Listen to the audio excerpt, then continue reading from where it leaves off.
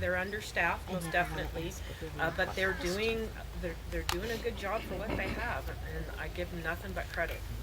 But also the staffing doesn't come from the council. Only the budgeting for staffing. Sure. That comes from the city and the staff telling us what they need. Right. What Eric and I figured it's about $1.5 million, but the Okay. good news is part of that's subsidized because with another person you lose overtime. Right. So it's a number that rotates a little bit. Thank you. Oh, over here. Eric, I have a question for you. Why position 1 over the position you're holding now? Ooh, that's a little Sure. vision. Sure. Yeah, Eric, It's why? interesting. The main reason I'm running for position 1 as opposed to position 7 is, again, I remember having a council that could get things done really, really well. The council changed a little bit, and I want to, I think I want to be on a council that moves things forward. That again talks to people, listens to people. I mean, it's your city, it's not our city, and we need to know what it is that's important to everybody, and then get that information, make those decisions on what's the priority, but then make the decision and move forward. That's why I'm running for position 7, because my opponent I don't think does that. There's a lot of listening and a lot of talking, but I'm not sure. And I don't see a lot of decision making to move things forward, so that's why. I understand that. It's if you don't get position 1, then you're out of the council altogether, aren't you? If I lose, well, yeah, sure, but I would.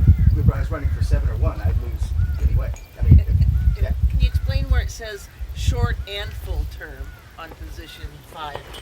I'm not sure I what don't know. that Short. The short would only be she was appointed to it. Yeah, So okay. she's finishing it out as a short, and then it's a full 4-year term. Yep. Thank you. Yeah, yeah.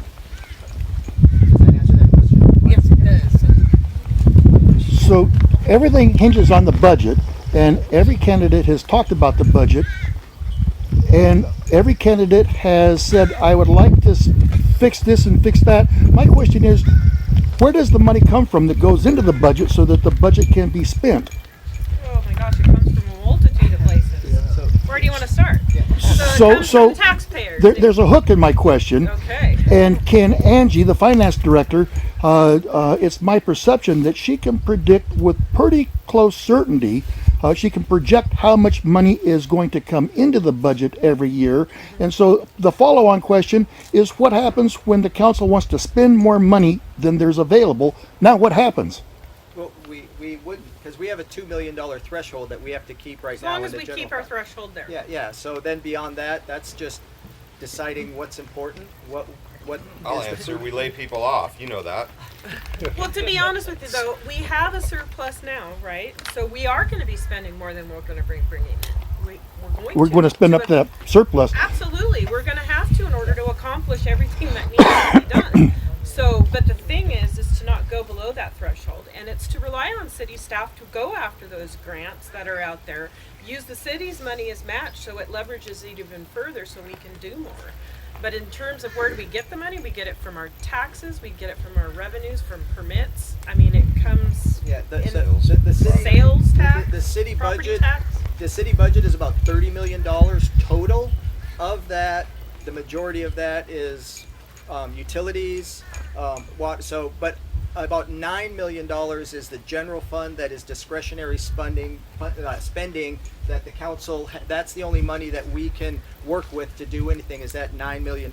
Everything else is either sewer, water, or roads, and we can't touch that. That's all state mandated, and so of that 30 million, only 9 million is council money that we can Variable. look at and decide what we want to do with that. That funds all the staff and all, staffing in permitting and those kind. The permitting department funds itself pretty well, but that's part of the general fund. But in the biennium, I think they bring in about 1.2 million, and it's about $540,000 to fund it right now. So they already fund themselves pretty well. So. Thank you. Well, and I will say Angie does a phenomenal job She with does, budgeting. yep. But this COVID, I gotta tell you, it's thrown everybody in a tailspin, because I wouldn't have projected that our growth in revenues would have exceeded how they have been.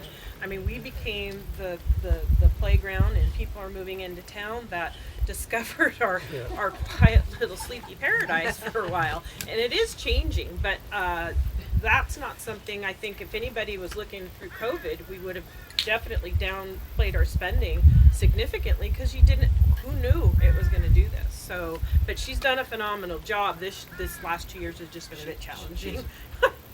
We have amazing city staff here. We have I think amazing any city staff. in the state would love to have the staff we have here. In all of the department heads, they do an amazing job. But they are all very overworked at the moment. So they love it when the council comes and says, we're going to give you more work.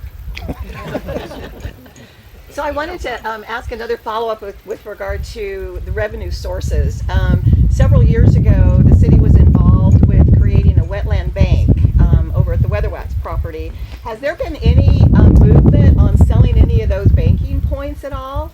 I think they've sold a little bit. like because you can sold, there's, I don't know how many credits, but you can sell them in quarter credits, and a couple people down at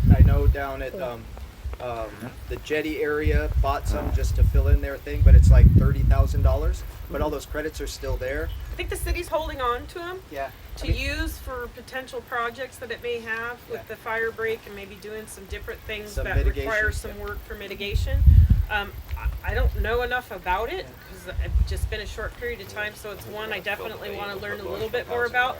But yeah, I asked the question, and I think the city is holding on to some of that for future projects. Well, yeah, when it was set up, it was originally set up that those, that bank was supposed to pay for paying off Weatherwax. I think it was $1 million it cost, so they were supposed to sell those credits to pay off Weatherwax, because we're still paying off Weatherwax. But what we can do, if we're to do the High Dunes Trail and some of those things, we are going to have to mitigate some wetlands. We could use the credits in the bank to mitigate that, rather than the city paying for that. It would just make that project that much cheaper. And then the city also can go back into those wetlands, and we can do work, and we can get some of those credits back. I'm not sure 100% how that all works, but I know that that's what the DNR has told us, that if you go back and do some work in there, you can increase your credits, so then it's a wash for the city if we do use those for projects. But I do know there's been a lot, when that has been brought up in the past with the people who went through the Weatherwax purchase and the credit and the mitigation bank, they said that has to be sold to pay off the debt for Weatherwax, which it should be. But we're now, 4 or 5 years past that, so how big an issue that still is, I'm not sure. Any more questions for the candidates? I have a question. Alex? So there's one more project that has been voted on and approved, and looks like people are starting to oppose it, and that's the High Dunes Trail.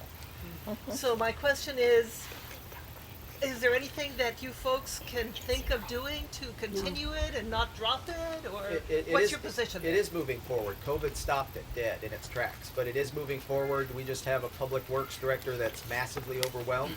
So they actually did come in and do all of the wetland study to see where the wetland was, where it would have to go. So that's all been done and taken care of, where it can go, how it can go.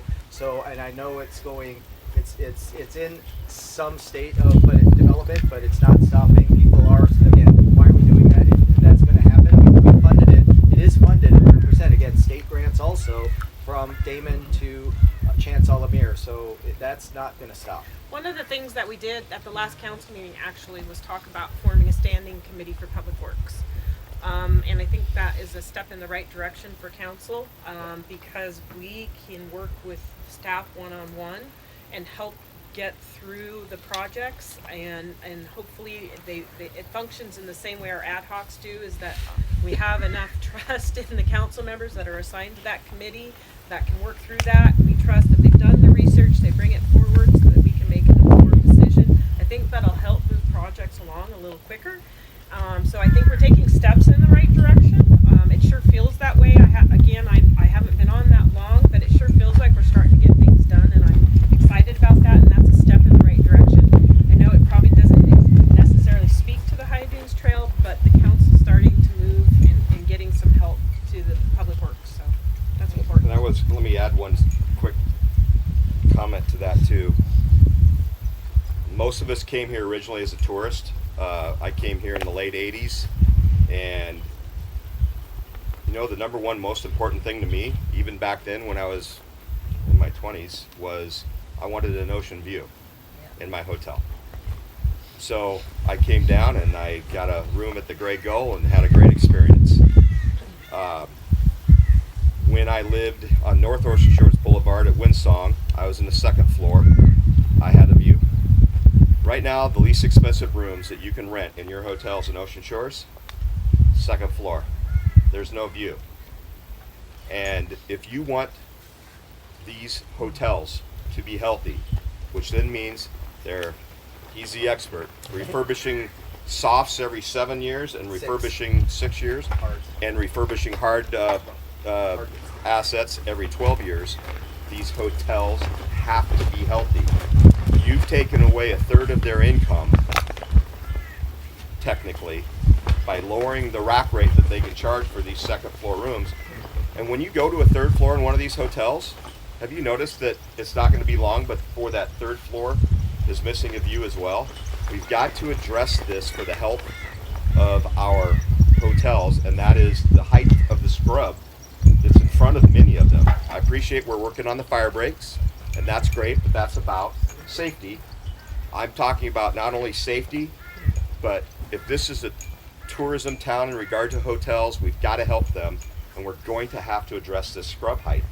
I'm not talking about having to use a bulldozer to clear it out, but we've got to address the common sense problem of the views being taken away from our hotel row. We already have a couple of hotels that we are all embarrassed to even go in anymore. That maybe we all used to be there a lot in their restaurants. They're not putting the money back into them, and some of them have become flop houses. We've got to help keep them strong, and this is one of the things we're going to have to address at some point. So I have a question too. Lisa, this is personal, but Yeah. you do live in Ocean Shores. Yep, I moved here in 2013. Okay. With the exception of 2 years, where my significant other and I moved out, I've been here ever since. He owns Fusion's Art Gallery, and he's had it for 19 years. But yes, we do live in Ocean Shores, most definitely. Okay. Thank you. I live in the house that was falling in the ocean at the end of I have a question. Got a 2x4 and just hold it up now. Yeah. Okay, so like, I don't know if anybody addressed this yet or not. My name's Arlene Gray. I'm more concerned about emergency health care. I have volunteered at CMAR. I'm a retired nurse.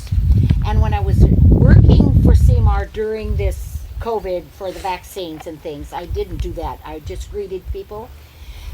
I had minimum of 5 people come in with an emergency that they would not even address because they, quote, don't do emergencies at CMAR.